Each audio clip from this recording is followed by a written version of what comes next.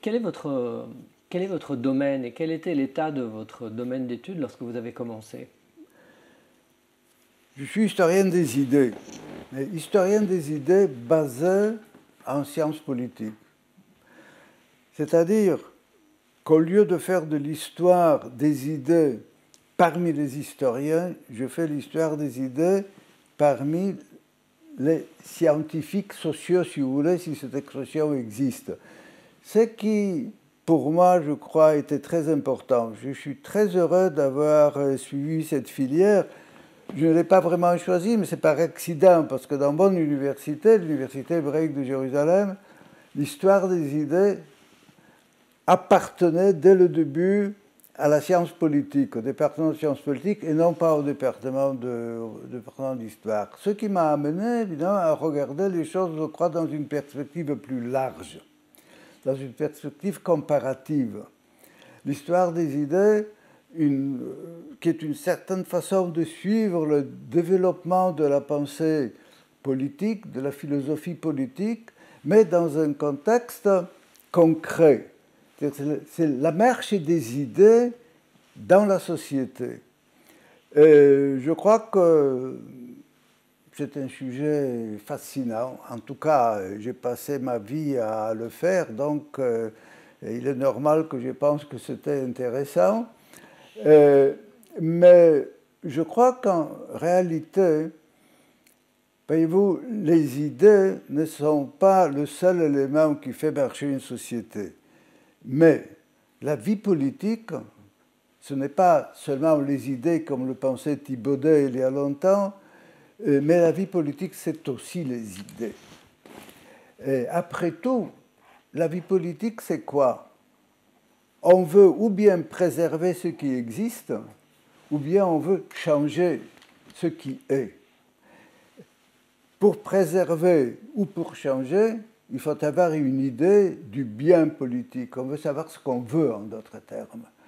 Et là, les historiens des idées, qui sont aussi politologues, qui sont aussi philosophes politiques, ont quand même quelque chose à dire.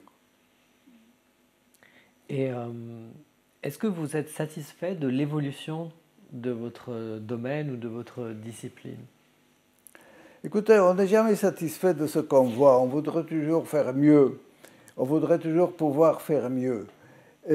Mais en gros, étant donné que de toute façon nous étions toujours en compétition avec la philosophie politique, nous n'étions pas toujours très bien vus par les historiens purs, parce que nous pensions en termes de généralité que beaucoup d'historiens purs évitent. En gros, on se défend. En gros, on se défend. Je dois dire que j'ai toujours eu d'excellents élèves, de très très bons élèves. Ceux parmi nos étudiants qui s'intéressaient aux idées étaient toujours les meilleurs. Parce que ce n'est pas le plus facile, d'une part, et parce que quand même c'est intéressant. Je crois qu'en gros, la discipline se défend. Évidemment, nous souffrons de toutes les faiblesses de l'enseignement universitaire en général, de l'état dans lequel se trouvent les disciplines lettres et sciences sociales non appliquées. On gagne moins bien sa croûte en histoire des idées qu'en économie appliquée dans une business school ou quelque chose de ce genre-là. Mais si on prend en compte toutes ces difficultés et toutes ces faiblesses inhérentes à la marche des sciences humaines et des lettres, des sciences sociales, nous ne sommes pas dans un mauvais état. Et comment voyez-vous le futur? L'avenir n'est pas facile. L'avenir n'est pas facile parce que on ne s'accroche pas suffisamment à la fonction classique de l'université, de la recherche universitaire, de la recherche scientifique. Et on ne s'accrochait pas assez à l'idée que le but de la recherche, c'est quand même la vérité. Alors, vous savez, le postmodernisme a laissé vraiment des ruines, a accumulé des ruines extraordinaires, parce que si vous dites que la vérité n'existe pas, et que tout se vaut, toutes les idées se valent, qu'il n'y a pas vraiment d'échelle de valeur, parce que toutes les valeurs se valent, alors, votre boulot, c'est quoi?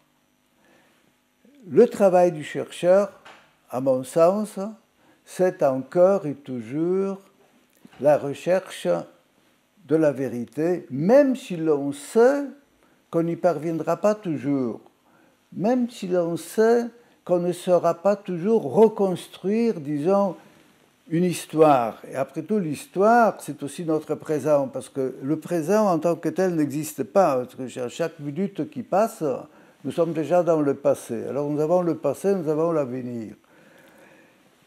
Il faut s'accrocher donc à la recherche de la vérité. Et il faut aussi se dire que le travail de l'intellectuel, c'est la défense des valeurs humanistes. C'est le sens critique. L'intellectuel, son boulot, c'est la critique. Et c'est la défense des valeurs universelles. Ça, c'est très important pour moi. Je pense que nous devons être les chiens de garde, vraiment, des valeurs universelles. L'avenir n'est pas facile parce qu'il est de plus en plus difficile de convaincre la société que ce que nous faisons est d'une importance capitale pour elle. On se demande en fait pourquoi doit-on investir tant d'argent et tant d'efforts, mais surtout tant d'argent pour que les gens fassent de la philo, de la littérature, de l'histoire, au lieu de faire quelque chose d'utile. À quoi ça sert? À quoi ça sert finalement? Ne peut-on pas vivre sans ça? Bien sûr qu'on peut vivre sans ça. On peut vivre sans culture aussi, ou avec très peu de culture.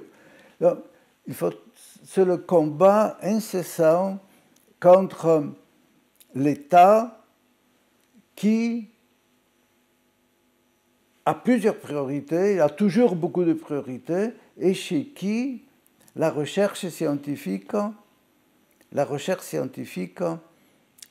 n'est plus en tête de ses priorités. Parce qu'une université, c'est fait pour faire de la recherche et c'est fait pour transmettre les acquis du savoir. Transmettre les acquis du savoir, c'est facile. Faire de la recherche, c'est beaucoup plus difficile, c'est beaucoup plus coûteux, ça prend beaucoup plus de temps et ce n'est pas toujours évident pour tout le monde que c'est strictement nécessaire. Alors que les gens qui ont passé toute leur vie à faire de la recherche et de l'enseignement universitaire pensent que c'est un élément fondamental d'une société civilisée. Il n'y a pas de civilisation sans recherche, sans enseignement universitaire, sans ce luxe que constitue une université aux frais de l'État, aux frais de la société, aux frais du contribuable, et non seulement une école privée qui vous enseigne à faire ensuite une carrière dans la banque ou dans d'autres entreprises où on se fait beaucoup plus d'argent et où l'avenir paraît beaucoup plus brillant que l'avenir tel que nous pouvons l'offrir. Et quelle est d'après vous l'université du futur? Le rôle de l'université est toujours le même. Le rôle de l'université est toujours le même. C'était déjà au Moyen-Âge, si vous voulez, parce que les premières universités européennes ont été créées, elles avaient plus ou moins la même fonction que la fonction de l'université aujourd'hui. En plus de ce que je viens de dire, la défense des valeurs universelles, la recherche, la création du savoir et la transmission du savoir l'université a aussi, évidemment, en dehors de cela, un rôle concret de la défense des libertés publiques. La fameuse liberté académique, liberté universitaire, c'est la capacité, la possibilité de faire son travail de recherche de la vérité sans que le pouvoir intervienne. Dans l'avenir, ce sera de plus en plus difficile, je le sais. Ce sera de plus en plus difficile. Et c'est là qu'il faut être vigilant. Il faut beaucoup de caractère, si vous voulez, pour pouvoir s'opposer à toutes ces forces qui, à l'avenir, chercheront à limiter aussi bien le coût de l'enseignement et de la recherche que la liberté d'expression, sans laquelle il n'existe ni de recherche, ni de l'enseignement universitaire de qualité.